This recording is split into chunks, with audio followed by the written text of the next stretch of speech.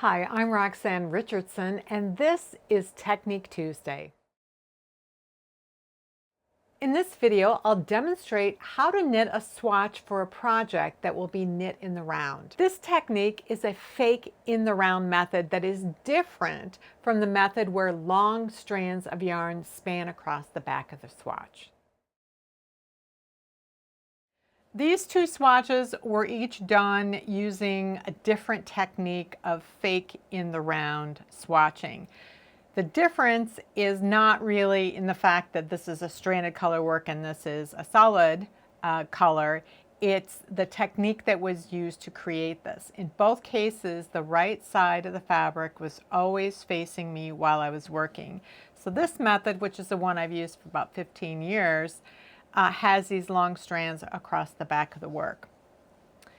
The method that I use for this one does not have strands across the back of the work. Instead, you'll see that there are some dangling loops at the right hand edge there. So I'll talk at the end of the video about the sort of the advantages and disadvantages that these two methods have. Like everything in knitting, there's always multiple ways of getting to the same end point, and that's true for fake in the round swatches. So what you may prefer to use most of the time may not always work in every instance. So let me show you how this type of swatch is worked. The first thing you want to do is get out the needles that you will be using for your project. Not just the size you think you're going to need, but the actual needles, because the materials that the needles are made from and how the tip is constructed, all of that can make a difference in some knitters' results. So you're going to use the needle, and since you're going to be knitting in the round, you're either going to be having a circular needle or you're going to have double pointed needles. You also want to use the exact yarn that you're going to be using. So typically we want to be able to measure a good 4 inches across a swatch without being near the edges. So cast on what you think is going to be about 6 inches. So my gauge that I'm intending to get is 5 stitches per inch. So I'm going to need 6 inches worth. That's 30 stitches, because 6 inches with 5 stitches for each of those inches is 30 stitches. Then you're going to work garter stitch for a couple of rows. This just gives you an edge that is not going to curl up.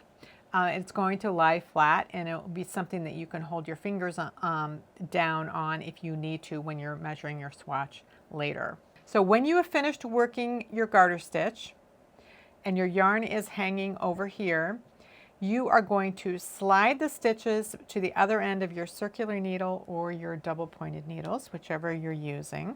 And then we are going to measure off some yarn. So we're going to measure off some yarn, and I'll tell you how much you need in a second. And then we're going to work across all of these stitches again using this yarn, starting from this point and going toward here. And we're going to measure off enough that we know we have more than we need, and that's what's going to end up dangling. We don't want to end up with just exactly the right amount, and we don't want to have not enough, because when we are knitting with this yarn, we need to have the yarn tensioned in our hand the same way that we normally have it tensioned when we knit, because we're replicating exactly the process that we use when we're knitting in the round. So having a lot of extra yarn at the end is way better than running short or having to change your knitting style in the last few stitches in order to be able to complete the row. What I would recommend is, if you are a continental knitter and you hold the yarn in your left hand when you knit, you should measure off 4 times the width of this swatch in yarn. If you are an English style knitter where you hold the yarn in your right hand, measure off 5 times as much. You're going to need more slack in this yarn when you are tensioning the yarn in your right hand, because that yarn is going to be held to the right. So I'm going to demonstrate first with Continental, and then I will demonstrate with the English method. I want 4 times as much as this is wide.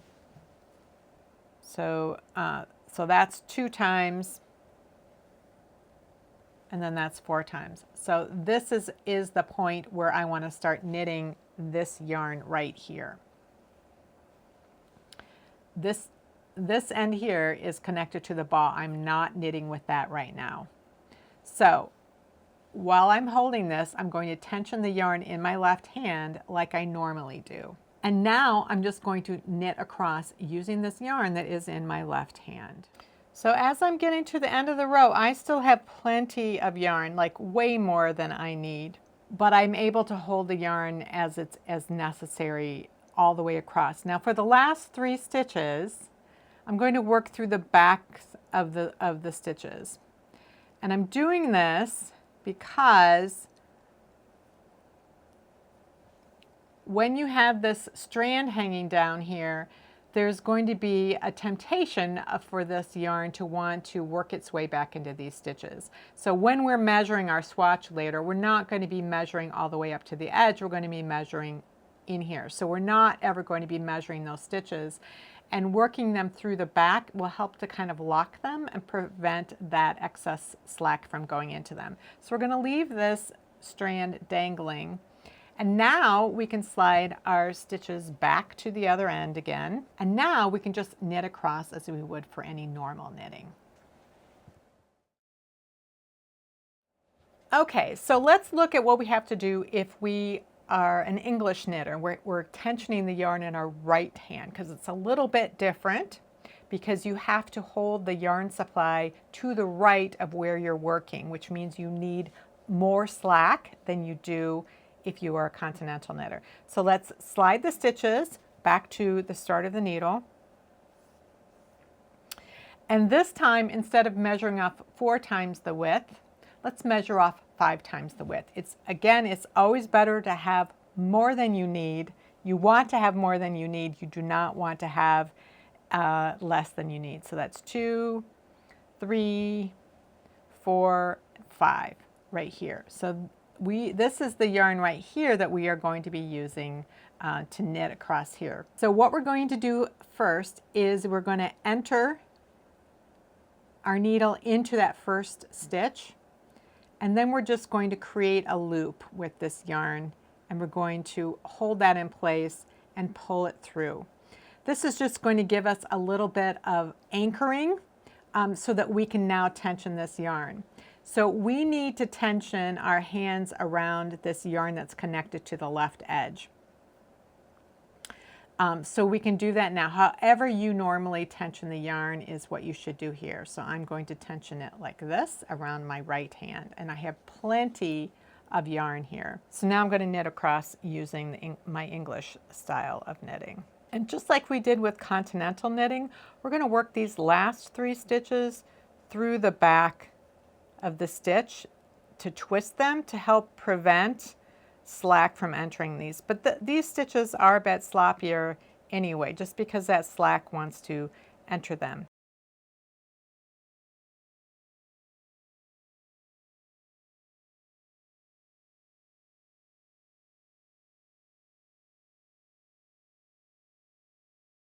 Okay, so now I have worked across another row with just the ball end of the yarn, and I'm back at that same position that I was at before, where I'm going to need to measure off yarn in order to work the next row. What you can do after you've done this a couple of times is notice how much excess yarn you have, how much more yarn you have than you really need in order to tension the yarn correctly. And then you can maybe shorten it up a little bit. Instead of doing 4 times as much, maybe you can do 3.5 times as much. It is important though to start with too much, more than you think you're going to need at the beginning, because if you selected a needle that is too large, you're getting bigger stitches than you actually want, you're going to be using up more yarn. So you need to be able to work, have enough yarn, be able to work for a couple of inches, and then see, are you getting the right stitch gauge? And if you're not, then you're going to need to switch needles. And you will do that when you have finished a row like this with the ball end of the yarn, where it's at this end. And then what you can do is get your new needle, whether it needs to be bigger or smaller, and then work in knit stitches all the way across. That will create a garter ridge, and it will separate the stitches created with one needle from the other. And by switching now, you will establish new stitches on the needle that are in the correct size for the next needle that you're going to try. So normally we recommend that knitters work, a good 3-4 inches in stockinette in order to get their gauge. I typically don't do that for stockinette because I'm pretty familiar with what needle size I'm going to need with worsted weight yarn. For this particular swatch, I used the size 6 needle I normally use, but I'm using a type of yarn that I don't usually work with. This is a superwash wool. I normally work with wools that are not superwash. And superwash wool behaves a bit differently than non-superwash wools. So what I was finding was that my stitches were too close together and I needed to go up a size. And so that's when I worked across using my size 7 needle. And then I confirmed that I was getting the right gauge. My real goal with this particular swatch was just, confirming what needle I needed to get gauge, and then I wanted to do the rest of the swatch in this particular stitch pattern. There are a couple of reasons why you want to do fake in the round swatching when you're knitting in the round. One reason is that if you knit flat for your swatch, even though you're intending to knit in the round, some knitters will find that their flat gauge is not the same as their in the round gauge. And so you're not going to get an accurate representation of what your fabric is going to be like. So you want to simulate what you're going to be doing in the project. But there can also be other good reasons to do a fake in the round swatch. And for me, this kind of stitch pattern is very difficult to do. It can be done, but it's very difficult to do knitted flat. I don't tend to experience a difference in gauge when I'm knitting flat versus in the round. But when I'm knitting a stitch pattern like this, that are like cables, these stitches can move on every row, and on the back side you can't really see what's going on, and so I want to see the front of the work at all times. The same is true for stranded color work. You can do this flat. Most people do this in the round because it's just easier to see your stitches. Either of these methods could be used for fake in the round swatching. One of the disadvantages of the method where you just bring a long strand across the back is that what can happen sometimes is that you're not stranding enough, and those edges will curl and you will have less and less span of stitches that you can measure flat across. And it's also going to make that swatch thicker. You really want to be able to measure something flat. So what happens in order to be able to measure this flat, if you did kind of curl it around, would be that you would have to cut these strands up here, all the way up, so that you could lay it flat and actually get a good measurement and know that your gauge was going to be accurate. With this method, you don't have to worry about being able to lay it flat because there's nothing going across the back. It's going to lay flat no matter what. No technique works perfectly for all knitters all of the time. This technique that I demonstrated today may be one of them. If you find that this technique does not work for you, you may prefer the more traditional method over here. For more videos on gauge, check out this playlist over here.